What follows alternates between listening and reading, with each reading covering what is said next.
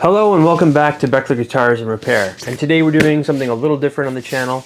I went to one of those Amazon liquidation type stores where they buy big pallets of like returns from Amazon, and I bought a guitar. So this guitar had an original price of $350 and it was 70% off. So I paid $73 US, or about 105 Canadian.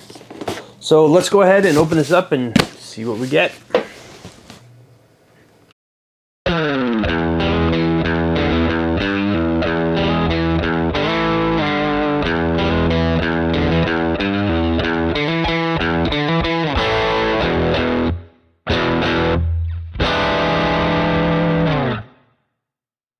So the store I bought this from is called Retail Revolt, and they're kind of a liquidation store. And yeah, so this thing was $350 marked down 70%. So I paid about $73 US, or 105 Canadian, and brought it home. So we're gonna unbox it today and check it out and make sure it is what it's supposed to be, for one, and then see if there's any issues or problems with the guitar. That's kind of the risk of buying these things sometimes, is these are typically returns. So people return them because, you know, there's usually a flaw or something wrong with them. They're checked out by the store, but I'm sure the employees at the store aren't, you know, musicians or familiar with guitars. So maybe they didn't catch something that someone else caught in terms of, you know, issues with the guitar.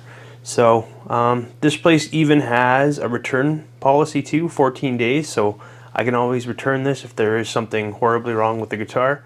So it's a pretty low risk in my eyes. I did a little research on this brand as well. It's called Musi, and this is a Virgo classic. And they seem to have pretty good reviews, and you know, they aren't super cheap guitars. They're not bottom of the barrel, and they've got really nice features. I would probably consider them, just from looking online, close to like an guitar. They have some similar features and kind of similar price points as well. So let's go ahead and unbox this thing.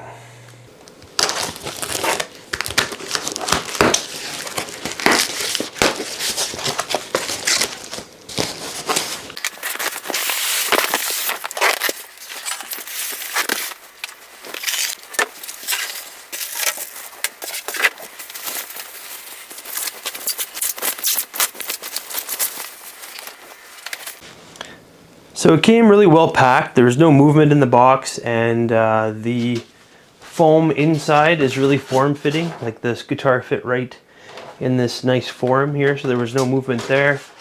And it came wrapped in that kind of a foam cloth stuff. Anyway, it was well wrapped for sure, well packaged. It came with a little guitar manual on how to do setups and maintenance and whatnot. This is for adjusting the truss rod. It's got a spoke style truss rod. So you get a little metal bar for that, and a little Allen key for adjusting the saddles. So I did a little research online, so I know all the specs of this guitar. So let's just quickly go over that. So this is, it's called a baby pink finish. So in my experience, this more looks like a shell pink, like Fender puts out, kind of that classic 50s style color, but it looks really good. So this is a mahogany body with a roasted maple neck. It's got stainless steel frets, bone nut, locking tuner. It's got a compound radius fingerboard from a 9.5 to a 12. It's got single coil pickups. They're called Twangy from Musi. And it's got a Wilkinson bridge plate with compensated brass saddles. It's got a purloined pickguard, a spoke style truss rod, three-way pickup switch, two knurled knobs here, one volume, one tone. It's got a comfort cut in the front here, so that makes it a little more comfortable to play for your arm there. And the frets look really nice and super polished just right out of the box. I haven't been able to notice any flaws yet. Everything looks pretty good.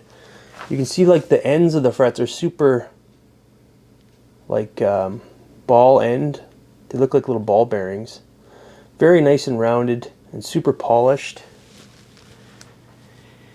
And the headstock style is that kind of double headstock where they have a shelf there.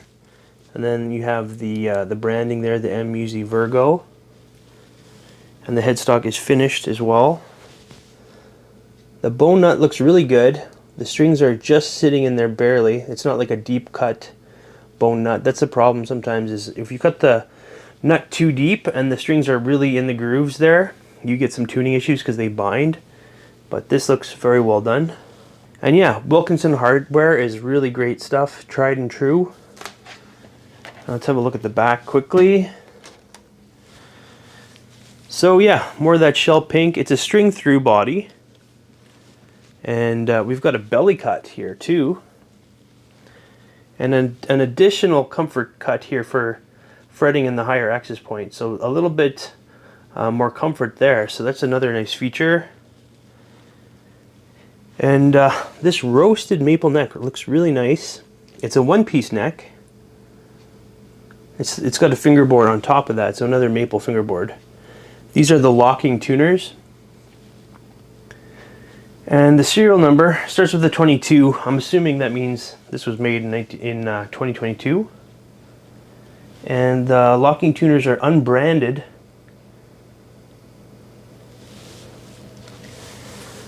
And our neck plate, it looks very plain. There's no branding on that at all. And let's just have a look at our neck fit right off the bat. Ooh, they've got some really nice strap buttons here. They're not just super cheap. They're kind of wide and expensive looking. And our neck pocket fit looks good. There's no cracks in the heel or anything that you see on fenders sometimes. And there's no gaps or anything. If you look at the action right out of the box, it's very low. So I'm wondering if it's going to be buzzing like crazy. Maybe that was why it was returned. But again, that's a pretty simple fix. A lot of the time these guitars will get returned because the people buying them are just beginners and they don't know how to do the setup or anything else like that. So if there is a little issue, they'll just send it back until they get one that plays perfectly. So yeah, first impressions, this seems really nice. I can't see any flaws off it to begin with. Like, there's no finishing flaws, the frets look great. There's no damage to the guitar at all, no scratches, no dings. And all the parts look quite quality. So impressed so far, especially, you know, considering I paid about $100 Canadian for this thing. So let's get it on the bench and we'll take it apart and get some specs. It's got a pretty nice weight, weighing in at just a hair over 7 pounds, 7 pounds 1 ounce, or 3.2 kilograms. I haven't even checked electronics yet, so let's make sure that they're reading and everything's working. I did a little bit more research online, and so these are Alnico 3 magnet single coil pickups. So those are quality magnets. In the bridge position, it's reading a 7.62. And in the neck position, a 7.12, and in the middle, a 3.73. So everything appears to be working. The strings appear to be 9 gauge and coated. I tried to find out which strings they are. Apparently these are coated Road Dog strings from the factory. I've never heard of Road Dog before, and I couldn't find any information about it. But they seem decent. I'm going to go ahead and remove them because I just prefer Ernie balls, and I just want to set this up how I like it. But just checking out the action, like the action's super low. I gave it a quick strum and tried the frets, and there's no buzzing or fretting out anywhere. And the action is like right where I like my guitars, like super low. So I'm really impressed with this thing off the bat. And it looks like it was really well restrung as well too. That's, you know, that's some attention to detail on these cheaper guitars, is sometimes they're restrung horribly, like they don't have tight winds or anything else like that. This one was well done.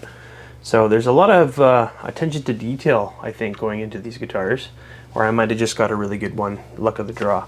So, okay, let's check the electronics and underneath the pickguard. Oh, it's also got a really nice quality, like recessed output jack too.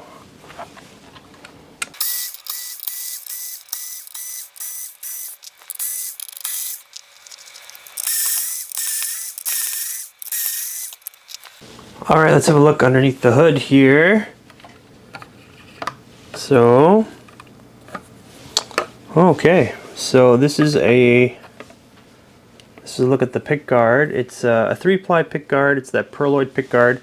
It has that open style, single coil style for it. And there's a look at the back. There's no marks or model numbers on it, but it's got cloth wiring, which is nice. That's a sign of quality there. And the neck pickup route looks very cleanly routed, and it's actually routed for a humbucker, so you could actually put a humbucker in the neck pickup if you wanted. And the whole cavity is shielded too. And there's a better look at our spoke style truss rod. I really love this style of truss rod because it's so easy to adjust. You can pretty much adjust it with anything on the fly, a screwdriver or like an Allen key. So, and it's very conveniently here. You don't have to mess around with the neck. You can just quickly do it on the fly. So I really love this style of truss rod. I think Fender should adopt that. And here's a look at our bridge pickup. Again, this is Wilkinson hardware, so very nice hardware. And another look at those compensated brass saddles. This is quite a nice upgrade on Telecasters. It just helps with the intonation a little bit by angling those saddles. So that's really nice. And here's a look at our bridge pickup. It's got string on the sides, like you see on some Fenders or some higher end pickups. And this is cloth wiring as well. And it looks very similar in the back to a lot of Fender pickups. So again, these are Alnico 3 single coil pickups. They look to be pretty nice quality. And the bridge cavity is shielded as well. So because it's shielded, I wonder if they don't have to put a ground wire there. I'm not sure, but I do not see a ground wire coming from the bridge cavity. So I don't know if that's going to be an issue or not, but we'll see, I guess. And then here's a look at our control plate. Oh wow. Okay. So yeah, this very nice quality components. This is like a Fender style 3-way switch. It's not Fender branded or anything, but it looks like it's a nice quality switch. Again, I'm not sure what kind of switch this is. It appears to have like an XTT on there. If anyone recognizes that brand, please tell me in the comments, but it appears to be a quality switch. It feels nice. It's not too flimsy. It feels nice and stiff. And again, it looks like a Fender style switch. And then we've got full-size CTS pots with cloth wiring. It looks to be, yeah, it's hand wired. And wow, yeah, I just wasn't expecting that in a guitar at this price point. This looks great, very cleanly soldered. And yeah, quality full-size CTS pots and a nice large capacitor there. So wow, yeah, looks great. Having a look inside the cavity, the control cavity, it's nicely routed and fully shielded as well. I just taped down the stuff for now. I'm going to take off the neck, and we can check the neck pocket and the neck here.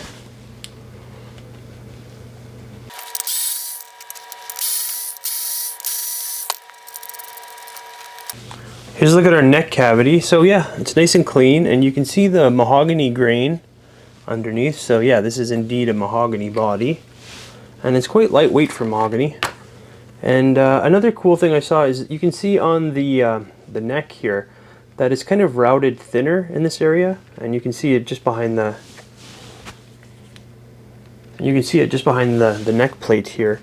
That's for comfort. So this is a little bit of an extra, you know, feature for comfort. So this takes more time. So that's really cool to see. But get this, I wasn't expecting this at all.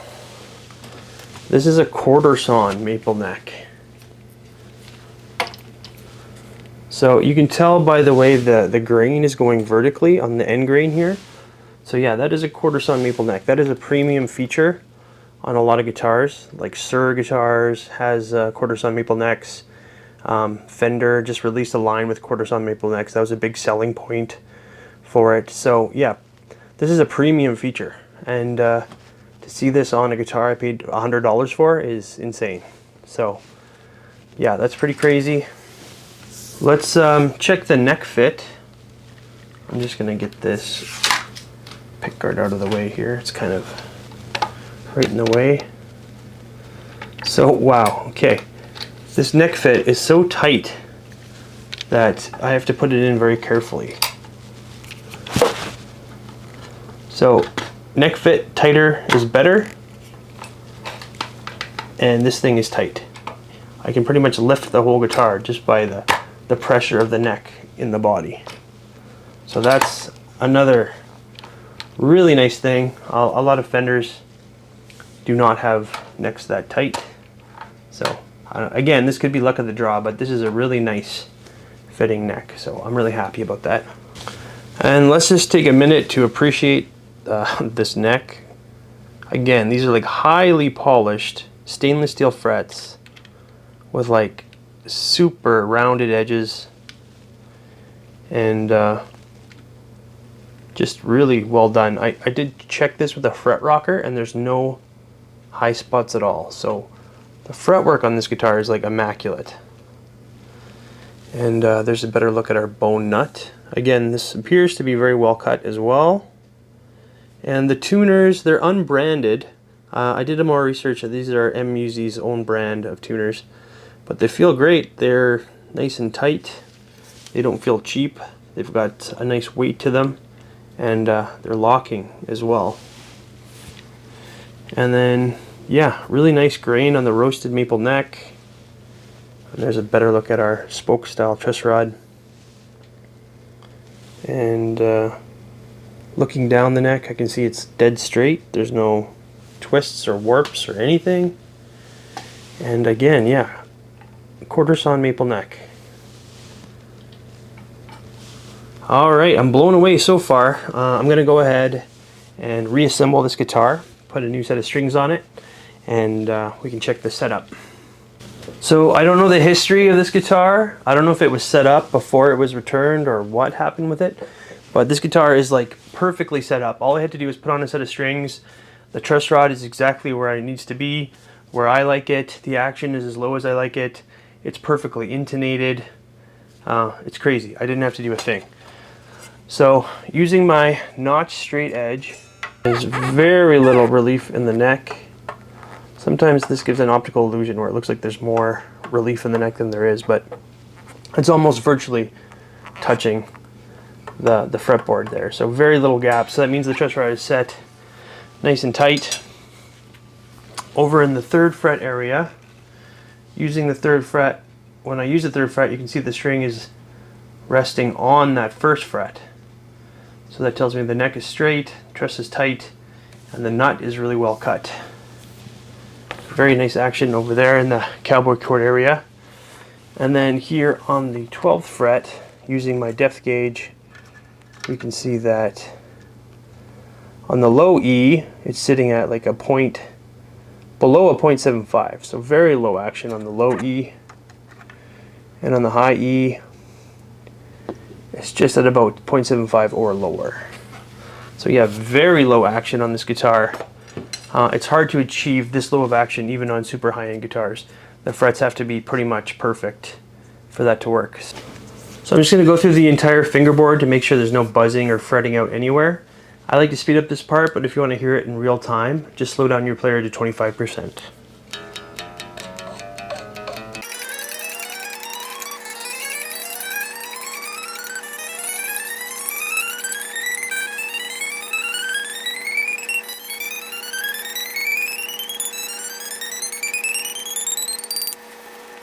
So yeah, no buzzing or fretting out anywhere. It feels like it could go even lower on this guitar, which is crazy.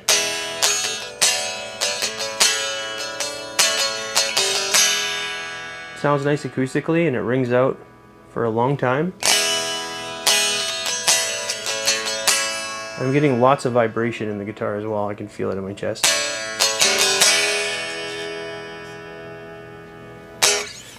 So yeah, very nice low action, and the fret edges are perfect. There's no fret sprout at all because, again, the frets are super nice and rounded.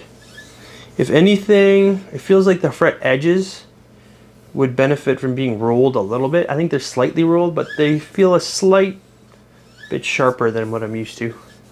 But again, you could roll them yourself if you really wanted to. They're not so bad. And this is quite a decently light guitar at 7 pounds. And there's no neck dive at all. It stays right where it should, which is nice. Let's check some neck specs. Width of the nut is a 1.685 inches or 42.8 millimeters. And at the 12th fret, that is a 52.14 millimeters or a 2.05 inches. And the width at the nut is a 0.87 inches or 22.12 millimeters. And at the 12th fret, that's a 0.88 inches or a 22.37 millimeters. And checking the radius of the fingerboard, it indeed goes from 9.5 to 12, so it's a compound radius, and the scale length is 25.5. Compound radius basically means it's easier to chord over by the nut and easier to bend over by the bridge. Here's a look at the neck profile. So it starts off like a pretty rounded C. There's a little bit of a point to the end there, almost kind of like a V neck profile a little bit, but more so a C. And then it flattens out quite a bit by the 12th fret to almost like a D. So yeah, it's kind of a compound neck profile as well. And oh, another thing I didn't mention is the neck is actually a really nice satin finish. So it feels nice and smooth, not sticky at all. And it feels good. A little small for my hands. Usually I prefer a little bit of a bigger neck, but it does feel fairly comfortable for me too. Okay, it's time. Let's plug it in and see how this thing sounds. All right, I'm plugged into my 1965 Fender Bassman. Here are my settings. I'm going to be using a Honeybee Barefoot Effects overdrive pedal, and I'm going to be using a Flint Strymon for reverb. I'm miking up the 212 cab with an SM57, and I'm using an Audio-Technica condenser for the room. I'm just going to be running through everything clean and then with a little bit of overdrive.